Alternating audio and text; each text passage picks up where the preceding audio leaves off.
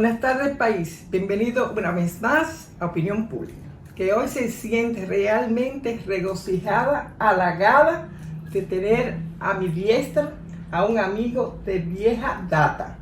Me refiero al reportero gráfico Carlos Francisco Acevedo Camacho, que se inició en 1971 en El Sol, pero primero estuviste en Renovación. Con don Julio César Martínez, la revista Renovación, con Sucre Vázquez, recuerdo. Claro que sí, y con mamá Pía Rodríguez, que Pía fuiste Rodríguez, su acompañante por larga jornada de trabajo.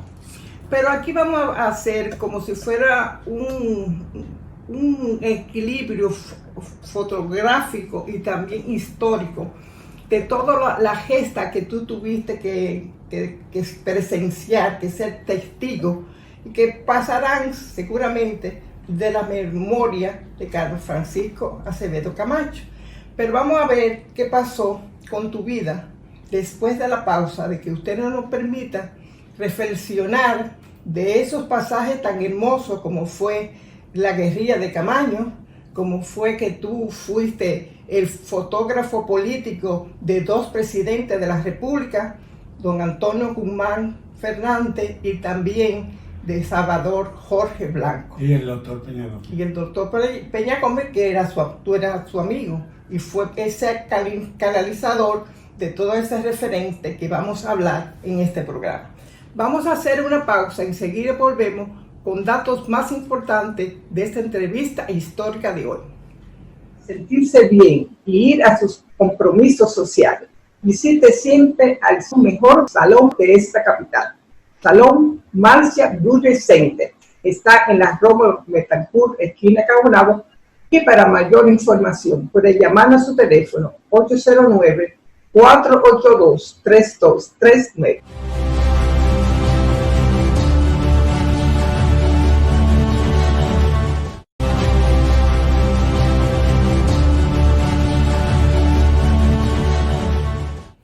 Aunque vayamos a ir descubriendo qué ha sido de este fotoreportero que fue tan famoso en los años 70 y hasta los 80, quiero decir que esta entrevista ha sido muy dialogada a través del teléfono, del Facebook y del Messenger, en todo eso, porque nos niega demasiados eventos históricos que hemos conversado largamente. Pero ahora tú viniste después de 3 años a República Dominicana con tu familia y fue un encuentro hermoso que has tenido con tus hijos.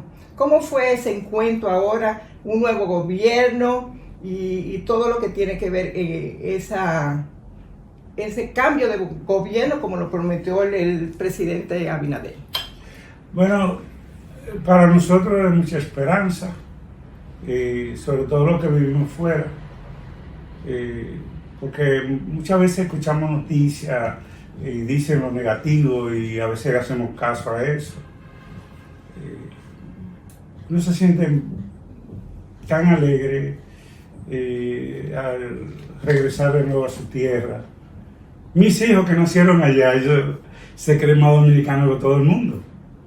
Que eso es increíble, ellos andan con una bandera en los carros y unas cosas y se sienten muy orgullosos de ser dominicanos. Y ahí te encontraste con Pedro Guzmán, que te dijo tu maestro. Pedrito, ¿Cómo fue ese contacto? Pedrito se inicia conmigo. Nosotros somos familia. Y Pedrito siempre ha sido negociante de niño. y llega Pedrito. Nosotros teníamos el estudio Molina en el Conde, que fue donde yo me inicié ya por los años 60. El estudio Molina viene, ese nombre, de Ramón Molina. Ramón Molina, el padre de Papa Molina, Teresa Molina, el doctor Rafael Molina y otra familia más. Y ese fotógrafo ganó premios internacionales por los años 35, por ahí 30. Era de origen de Puerto Plata y se estableció en Moca. En Moca se casó con Ana Pérez y de ahí forjó su familia y se estableció en Moca como fotógrafo. De ahí nace Teresa Molina, Rafael Molina, hijo de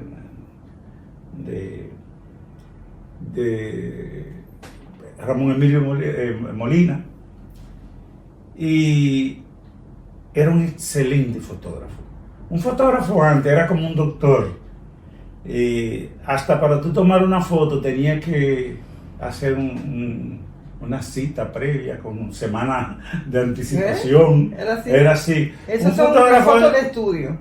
Un fotógrafo era tan respetado como un médico antes, porque el fotógrafo antes era un inventor, era químico, también tenía que armar y desarmar su cámara, no todo venía hecho. Entonces, ¿por qué Puerto Plata? Porque por Puerto Plata era que entraba lo último. Hay una expresión de los dominicanos, de nosotros los dominicanos, que decíamos, o se dice, si tenía una camisa nueva o algo que llegaba. Y eso dice, esto fue lo último que trajo el barco. Okay, y era porque trajo de Puerto Plata, sí. Entonces estudió Molina muere, padre. Entonces Teresa Molina, Rafael Molina, o el doctor Rafael Molina, vienen a la capital y se establecen en el Conde, establecen un estudio, se le puso el nombre Estudio Molina, donde estaba Lola Pérez, que era la tía de Tete Molina, se quedó con el nombre de Molina. Y ahí un buen estudio, tenía una base muy profesional, muy creíble. O sea, ¿y cómo te iniciaste de esa praxis de la fotografía de estudio al fotoperiodismo, al fotoreportero? Sí, yo me inicio porque estaban todos los acontecimientos históricos de guerra, de posguerra, y don Rafael Herrera le dijo a mi mamá, estando en el Parque Colón, que nosotros vivíamos en Medra Monga, porque se fumaba un cigarro, pues mete a Carlito a reportero, dile que se meta, porque si es lo que quiere estar en el medio, un reportero puede cubrir noticias y eso puede hacer cosas más que son positivas, y realmente hubo muchas cosas positivas, porque cada vez que agarraban, cuando había esa represión tan fuerte, y agarraban a los estudiantes, que muchos hasta lo desaparecían, cuando nosotros le tomábamos la foto y ya salían publicadas, ese muchacho no podía negar que estaba preso. O sea, de una u otra manera nosotros aportábamos a la seguridad. ¿Qué edad tú tenías en esa época? Algunos 17, 18 años. Ahí, en esa ocasión, es que me encuentro con Pedrito. Y Pedrito, yo lo vi que estaba vendiendo paletas, que estaba negociando, que estaba viendo la escuela. Y digo yo, pero yo te voy a enseñar fotografía. Y ahí aprende. Pedrito comienza con nosotros, porque anteriormente había que preparar el químico, había que... como los pintores de antes, que también había que preparar la pintura. Había que retocar la foto, había que revelar la mano, pero todo era un proceso muy elaborado. La diferencia de un fotógrafo de estudio a un fotógrafo de prensa es que cuando el fotógrafo de estudio piensa tomar una foto, el de prensa la toma y después que piensa, porque tú no te puedes detener. Nosotros los reporteros de prensa tenemos que adelantarnos a los hechos y muchas veces imaginarlo. Hay que estar concentrado para tú lograr dar un palo periodístico, porque teníamos una competencia increíble. Teníamos un Alfredo Vázquez, teníamos un Valentín Pérez Terrero, teníamos el duro de los fuertes, que era Juan Pérez Terrero, el hermano de Valentín. Teníamos a Vinicio Valenzuela, teníamos una serie de reporteros. Era una competencia que había. Dentro de nosotros colaborábamos muchísimo, pero todo... ¿Pasaban la foto? Sí, nos pasábamos la foto cuando periódico. De cuando algo pasaba, que tú no podías, porque eran momentos difíciles. Rafael López, Víctor Bencosme, Ramón Polanco, muchos reporteros que hoy día yo tengo la memoria de ellos y los recuerdo donde tengo fotografía, donde había una competencia. Oye, mañana te voy a volar la primera página. Y era así, a 4 columnas le tiraba una foto al otro día. Teníamos que imaginárnosla. Los equipos no igual que esa cámara que tira 6.000 ASA, cuando la velocidad más alta de nosotros era 400 ASA, porque solamente se usaba 800 ASA para en el play. Esa es la sensibilidad de la película. No tenía motor, la cámara era manual. Con todo eso ganábamos premios. Yo fui fotógrafo del año 1977, después otra vez fui fotógrafo del año. Yo recuerdo que el difunto Jimmy Sierra me entregó un pergamino. Casi uno no andaba detrás de eso, pero sí tratando de buscar. Los maestros teníamos que contar con Bonaparte Gutro Piñeiro, que no solamente que es grande, sino que hay que escucharlo cuando el hombre habla. Tenía un Radame Bon Pepín que era una cosa increíble. Pero por el otro lado teníamos a Pierre Rodríguez, que era suavecita, para nosotros trabajar juntos, me consideraba como un hijo. Recuerdo a Minerva Ahí. O sea, que tú eres mi hermano. Ay, sí, seguro que sí. Sí, nosotros cubrimos Palacio juntos, en todo lugar. Si en Palacio una vez que no puede entrar porque él no tiene pase, dice, pero yo soy el pase de él. Sé como un hijo mío. Así era Pía conmigo por muchos años.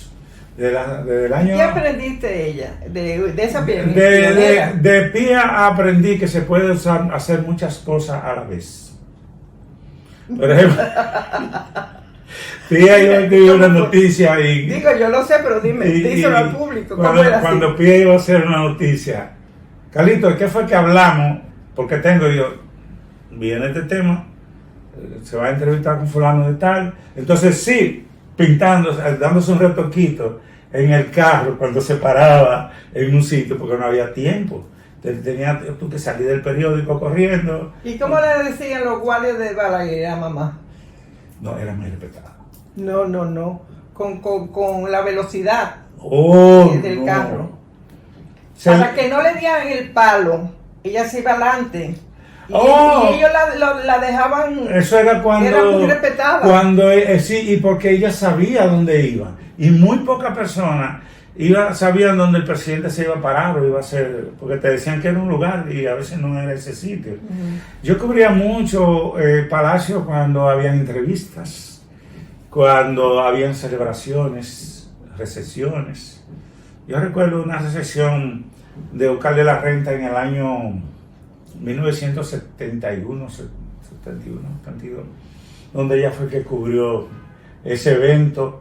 Ella no hacía cosas sociales, pero era un evento noticioso. Porque Oscar de la Renta era del mundo. Yo trabajé con muchas ocasiones con él. Fui uno de fotógrafo de preview.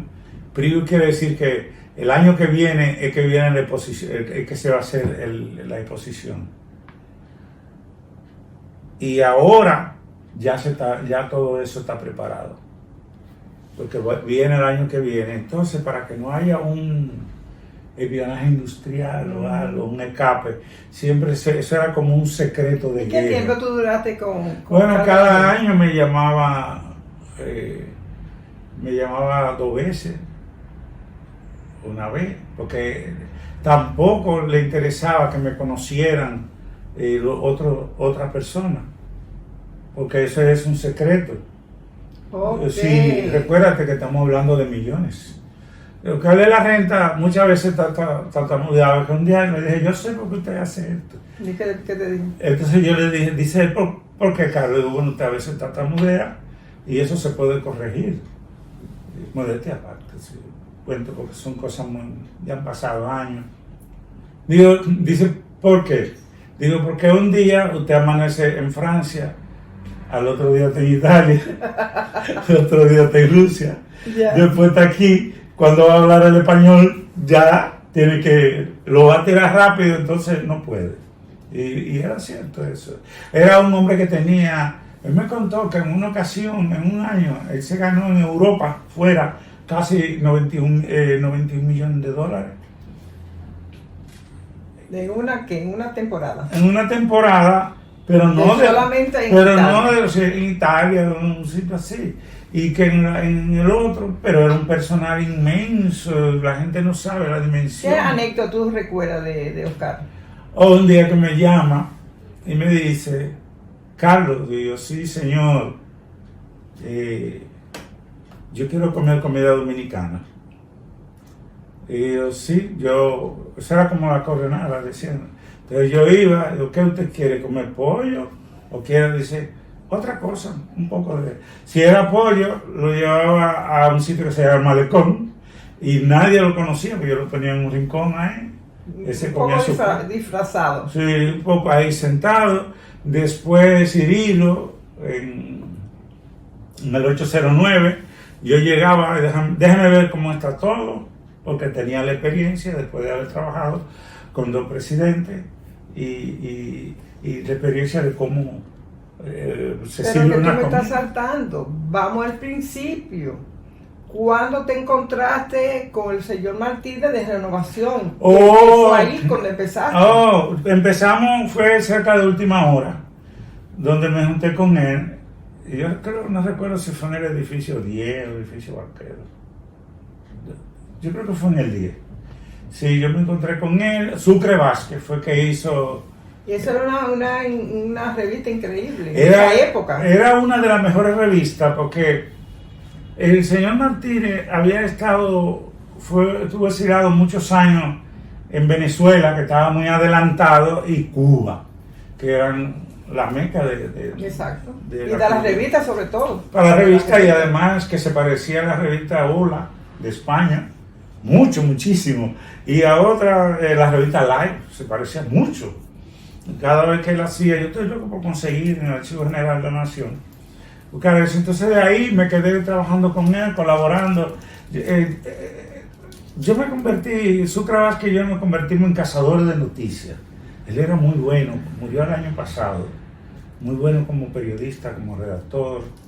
Jovencito, ya tenía madera, que fue compañero también de Pía, fue compañero de nosotros en donde estaba el Seguro Pepín, que el buró principal del periódico El Sol estaba en la calle Mercedes, esquina Palincado, en la Casi segunda planta. frente a Duarte. Sí, frente, donde estaba el Seguro Pepín. Bueno, ahí con mi mamá, yo y Bonaparte Cortró Piñeiro íbamos a cortar periódico antes de que saliera El Sol. Sí.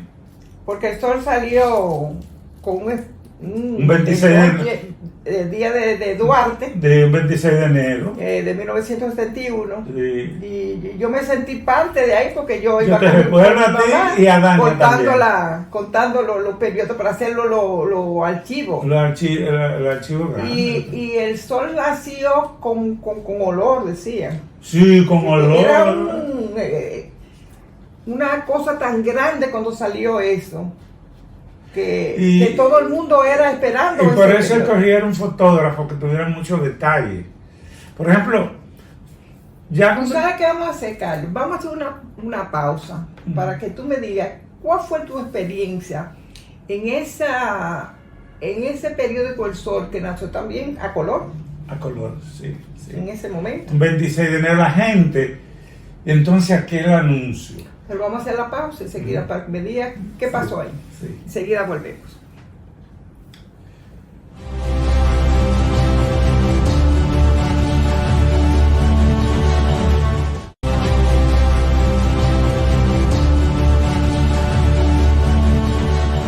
Bueno, ya sí te toca hablar. ¿Cómo fue esa transformación del diarismo dominicano cuando salió El Sol?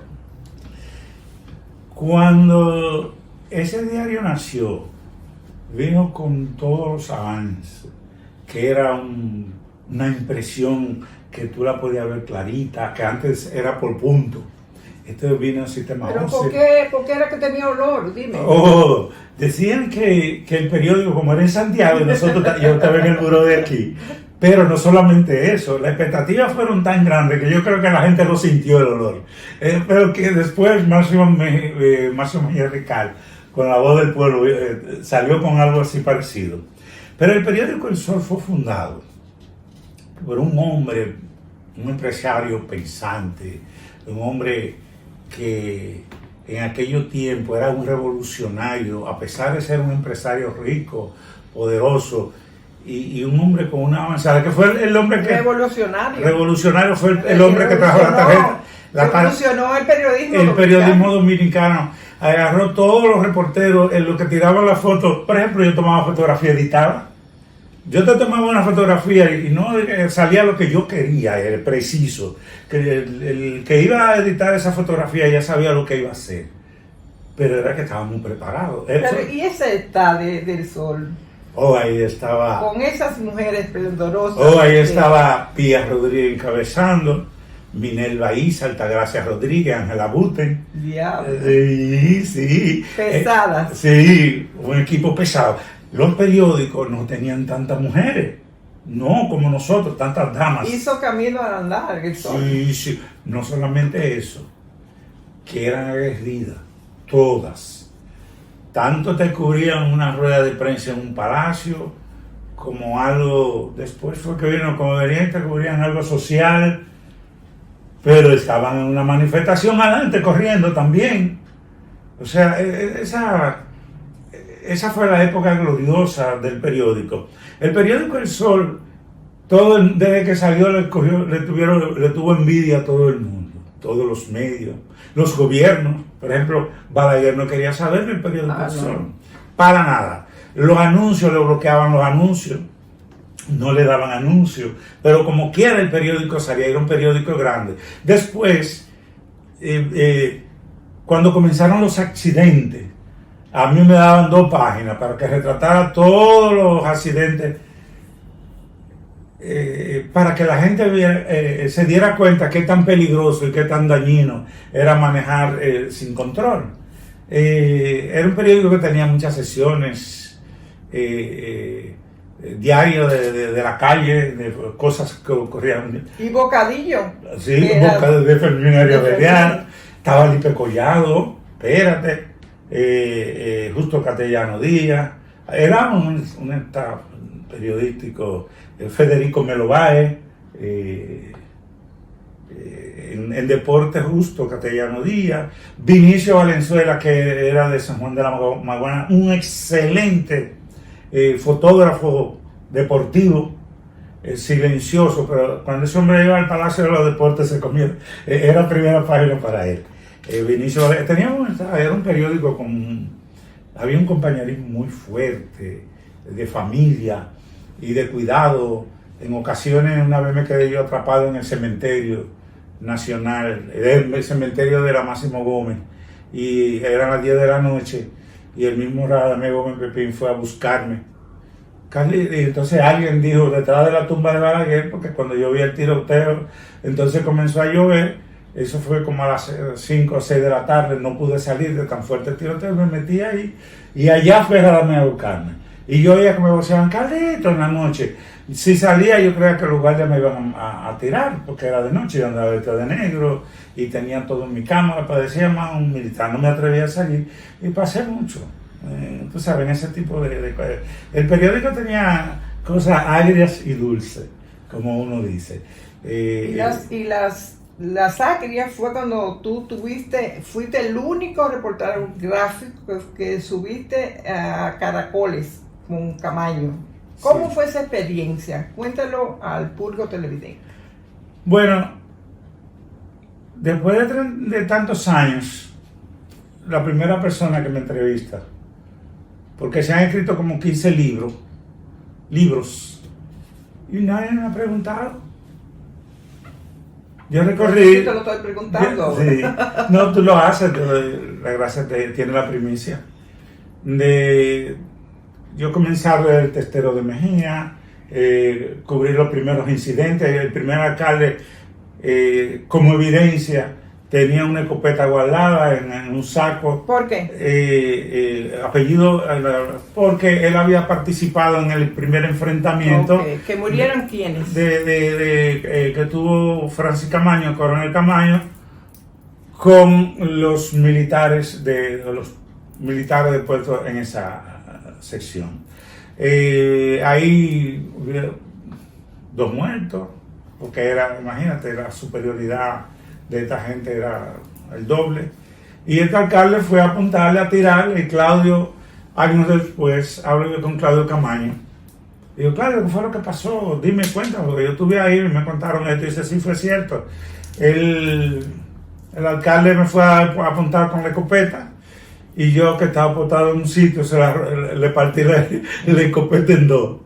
Y yo le digo al alcalde, con una habilidad de reportero, digo, oiga, señor, el presidente Balaguer lo va a hacer teniente. Entonces el alcalde le dice, ¿cómo? ¿Y usted? Yo no sé, yo tenía algo del palacio. Y digo, sí, yo...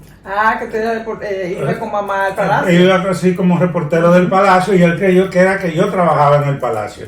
El hombre se destapa y viene y me saca la escopeta. Y eso fue ya la evidencia, la primera evidencia de que hubo un enfrentamiento y que no había especulaciones, como se decía.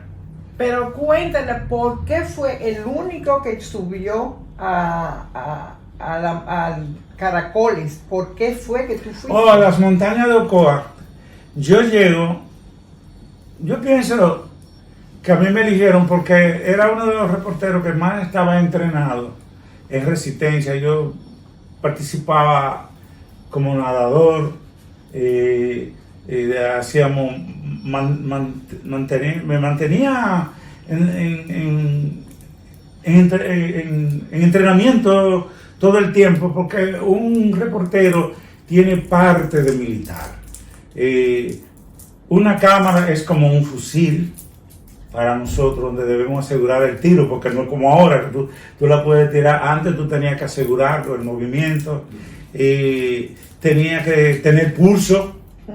Para tú tomar fotografía corriendo, tú tenías que tener un pulso, porque la velocidad de la película era muy lenta. Teníamos que ser rápido en todo. Por ejemplo, un reportero para tomar una fotografía primero tenía que enfocar, después de enfocar ponerle la velocidad, después de poner la velocidad 5.6, un 11 o un 5.6 de abertura, un 250 de velocidad.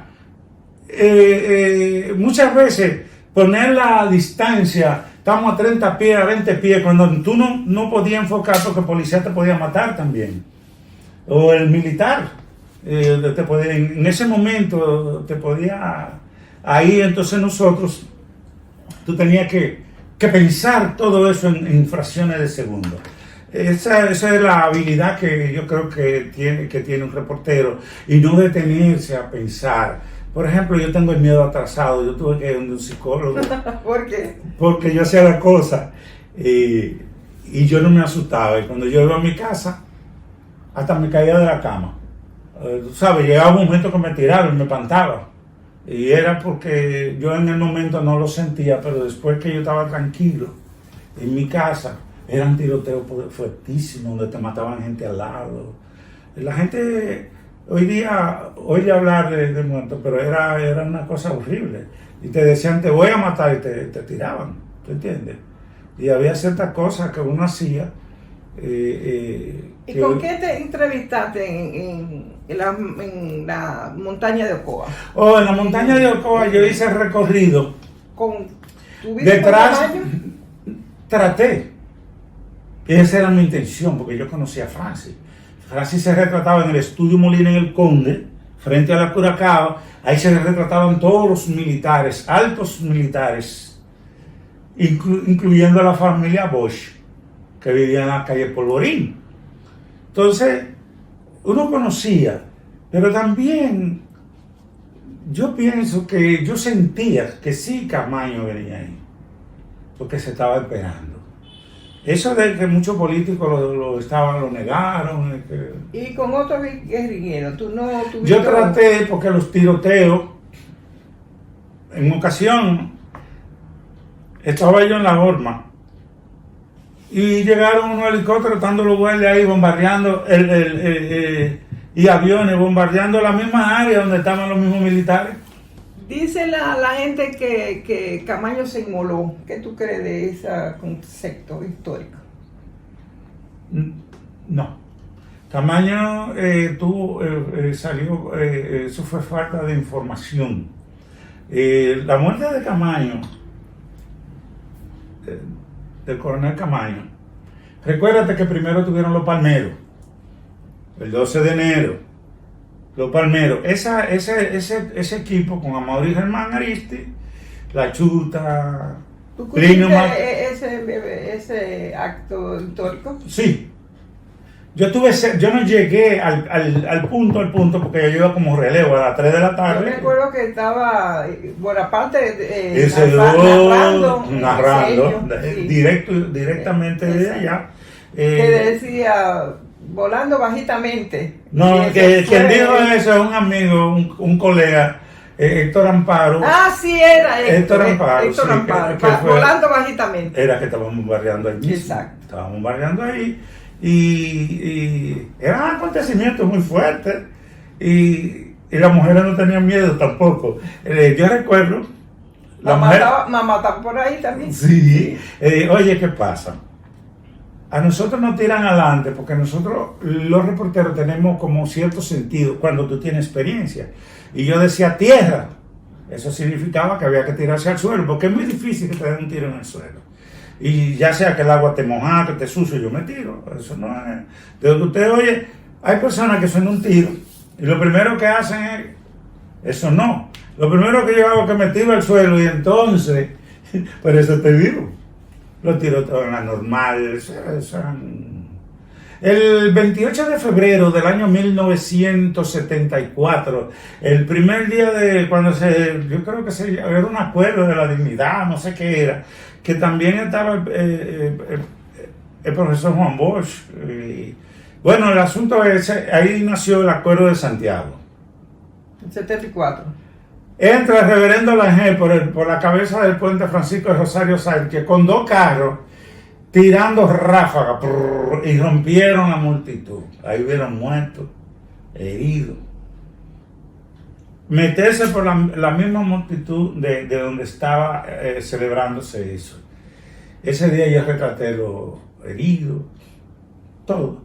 Y ese día, cuando ya yo tengo la foto, me doy cuenta que era el día de mi cumpleaños. 28 de abril del año 1973. 28 de Los reporteros tenemos una creencia que podemos morir pero no el día de su cumpleaños. Ajá. Sí, hay muchísimas posibilidades. Yo leí un libro relacionado que se llamaba Los Reporteros. Yeah. Y ahí, cuando yo me doy cuenta, yo recuerdo que andaba con un chofer llamado, que después fue reportero, Máximo. Digo, Máximo, vámonos de aquí. ¿Y qué pasó? Digo, vámonos, que ya yo tengo la foto segura. Era que era el día de mi cumpleaños. ¿Y ya. cómo tú llegabas a la foto de la norma de Ocoa con Camaño? ¿Cómo llegaba al sol? Primera persona que se va a enterar de eso. Ni en ninguno de los libros que han escrito va a salir esto. Resulta que era un secreto. Ni el reportero lo podía saber, solamente yo hacía los contactos. Y uno que hoy es reportero. Porque tú estabas viviendo cerca de la Cruz Santana. No, yo me metía, salía, yo tenía un chofer que me buscaba. Okay. Yo me he ido para la montaña, yo me he ido para el río, entraba y salía. Una vez me bajaron el cuero de allá, el ropa interior. Sí, yo recuerdo cuando yo tenía fotografías que eran buenas, como por ejemplo fotos del primer enfrentamiento, no, el segundo muy fuerte, el primero la neverita, Nisaito, cuando fue en Nisaito por ahí, que hubo cantidad de pilas de muertos hubo ahí, porque se veían las materias tristes, Eso era una cosa. Tenía 86 perforaciones, tenía ese camión. 86 perforaciones. Y yo le tomé la foto.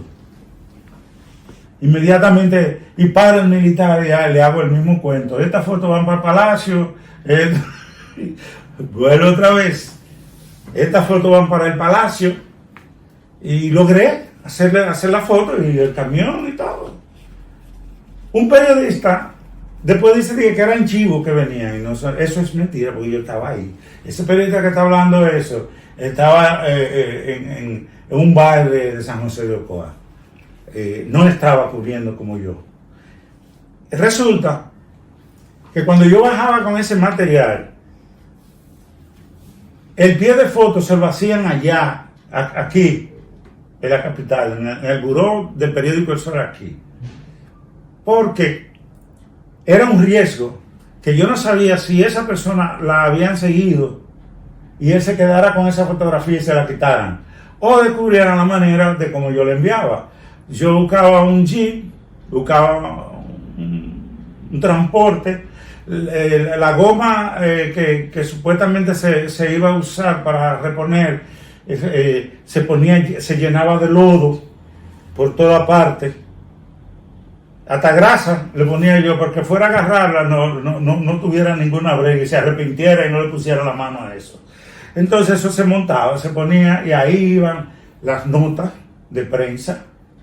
Ahí y la fotografía. Y la fotografía venía en material fotográfico. Nunca lograron descubrirlo. Y después incluso me preguntaban, ¿cómo fue que tú lo hiciste? Y yo dije, bueno, yo le voy a contar más. Porque yo no sabía si la historia se iba a repetir de nuevo. Bueno, vamos a hacer una pausa, Carlos. Y cuando vengamos, espera, que dije mal. Cuando regresemos. Y cuando regresemos, tú vas a hablar de tu experiencia con los dos presidentes de la República, Antonio Guzmán. Yo quiero que tú me puedas hablar con el doctor Peña Gómez, que está centrado donde ellos dos, que el triunfo de ellos a través de lo que Peña hizo.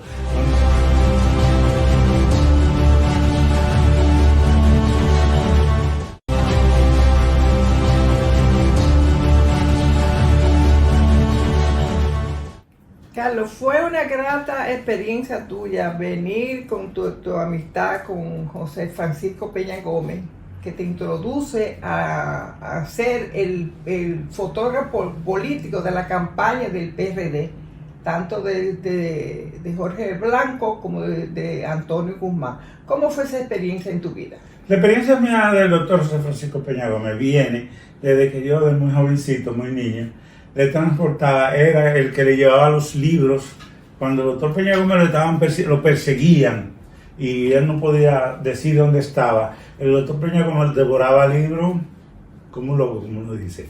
Esos libros eran enviados por el doctor Héctor Westen, catedrático universitario, y su esposa, que tenían una librería, la librería Hostos, Ligia Sánchez, frente al Parquecito Duarte. Ellos le enviaban los libros, a veces estaban escondidos en residencias de personalidades, de gente de mucho dinero, como don Enzo Matrolini, dueño de Roncibonet, a veces en la casa de la doctora Yocasta Prandi, otra en la casa de Mario García Alvarado, otra era Balonzuelo Cedeño, donde tenían lugares, porque se vivían moviendo. El señor Portela también. Porchela o Portela, no recuerdo cuál era. Porchela. Ajá, ese era un buen amigo de él. De ahí hicimos una amistad. Es como yo era fotógrafo y después entró a los medios. Peña Gómez siempre me buscó, y me dijo, yo quiero que tú seas el fotógrafo de la Internacional Socialista. Y ahí me dan un entrenamiento en el Hotel Santo Domingo. De fotógrafo político. De fotógrafo y dirección política. A mí nunca me ha gustado el protagonismo. A mí siempre lo que me gusta es como algo imposible que yo lo logre. Eso le caigo atrás. ¿Cómo fue esa experiencia cuando Antonio Guzmán salió como presidente? Venía prácticamente de una dictadura del doctor Balaguer, de los 12 años del doctor Balaguer. Esa campaña se ganaron a tiro limpio. En toda parte habían tiroteos, pero don Antonio La gente dice que es vegano, pero yo que es mocano. Pues siempre yo así, porque ese hombre era demasiado bravo. Era mi amigo, porque me tocó dirigir junto con él. Por ejemplo, ¿qué innovación tú tuviste para promocionar a ambos presidentes? bueno, una es las imperfecciones. Yo siempre se lo digo a cualquiera, quien sea, oh mira, te queda mejor de esta manera. Tú te ves. Un político tiene que tener una imagen limpia, fresca, cómo dirigirse a un público. Un político que nada más mira hacia el frente en una multitud pierde los dos laterales. Cuando el político habla de izquierda a derecha, está personalizando con todo el mundo. Y eso me ha tocado a mí hablarlo. Eso me lo enseñaron los alemanes. Muy bueno, la Fundación Frederier. Tuve una semana trancado ahí en el Hotel Santo Domingo, enseñándome cosas, vistas, cómo era que iba a hacer todo. Incluso yo llegué a ver hasta la campaña de Adolfo Hitler. Cómo ese tipo, cómo ese hombre orquestó su campaña, cómo se hace una campaña. Y realmente aprendí mucho. Y fue como un secreto, porque no se lo podía decir a nadie, ni tampoco yo tenía interés de decirlo, porque nosotros lo que queríamos era un cambio y lo logramos. Llevar a don Antonio, que era una tremenda persona, me decía mi hijo. A mí, yo desayunaba con él. De igual manera llega Peña y me llama y me dice, ya terminaste con don Antonio, ahora te toca con Salvador.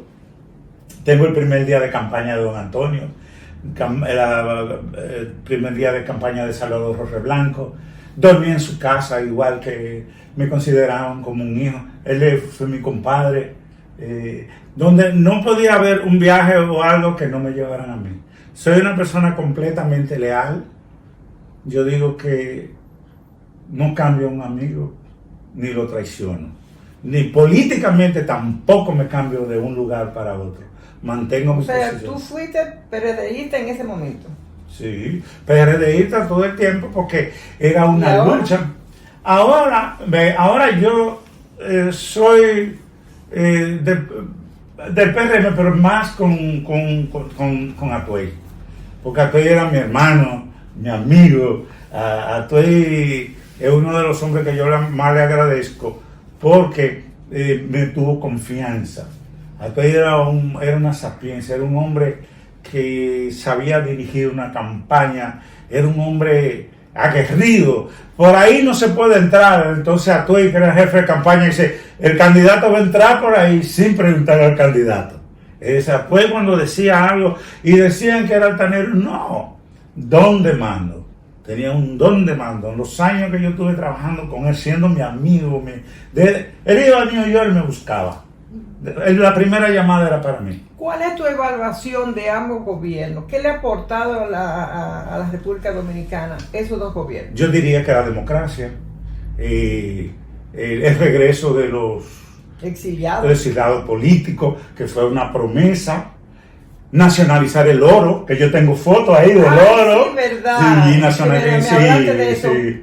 ¿Cuál fue esa fotografía? ¿De qué? Esa fotografía, don Antonio me pidió a mí que fuera un vaciado de oro, de que se iba a hacer un vaciado.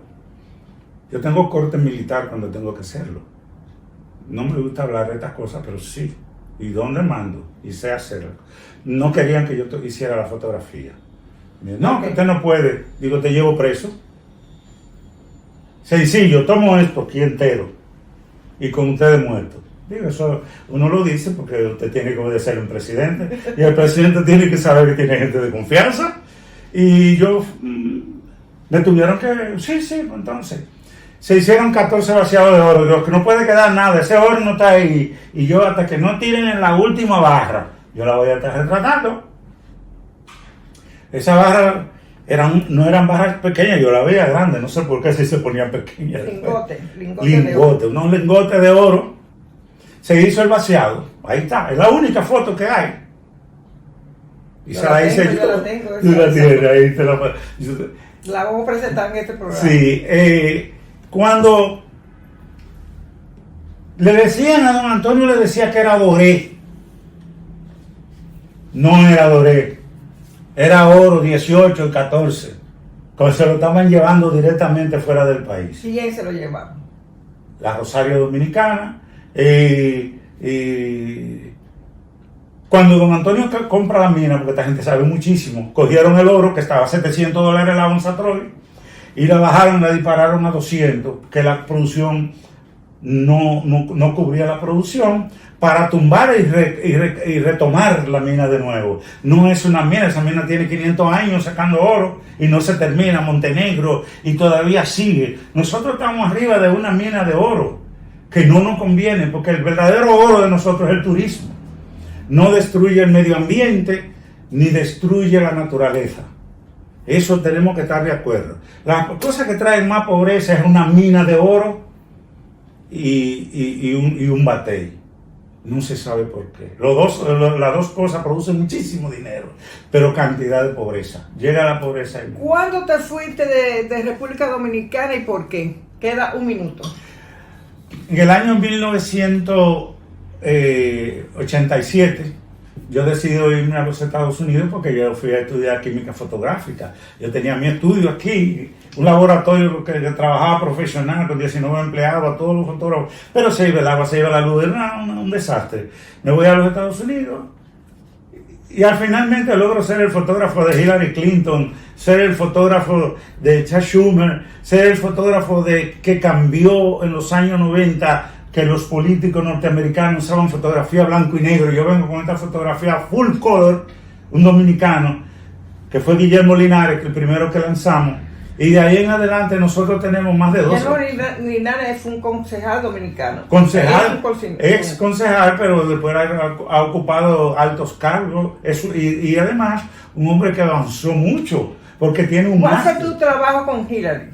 Hacer la fotografía profesional, porque uno a veces conoce cierto ángulo característico, ¿verdad?, en un político, y eso se manifiesta a través de la fotografía. Cuando usted presenta, y es una cajita de sorpresa, porque eso te sale, es la expresión en que está. Y entonces con eso tú hiciste una exposición en Estados Unidos. En los Estados Unidos todavía no he hecho, vienen 35 años de la comunidad dominicana en los Estados Unidos. Hay un antes y un después. Se ven los políticos norteamericanos haciendo campaña y los dominicanos y algunos dominicanos. Ahora se ven un paquete de oficiales electos dominicanos, tenemos jueces, abogados, policía, tenemos 4,000 y pico.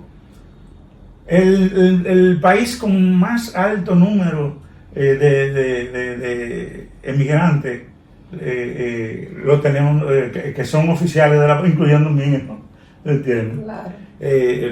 Lo tienen los dominicanos, que controlan la comida. Y qué buen padre este señor que estamos entrevistando en el día de hoy. Excelente padre dominicano. Gracias. Mira, el tiempo ya finalizado, nos han quedado tantas cosas por hablar, que será cuando vuelva. Sí, vamos a continuar hablando de todos estos temas que se han quedado inéditos, sí, de tu profesión, de tu participación en el plano democrático de República Dominicana.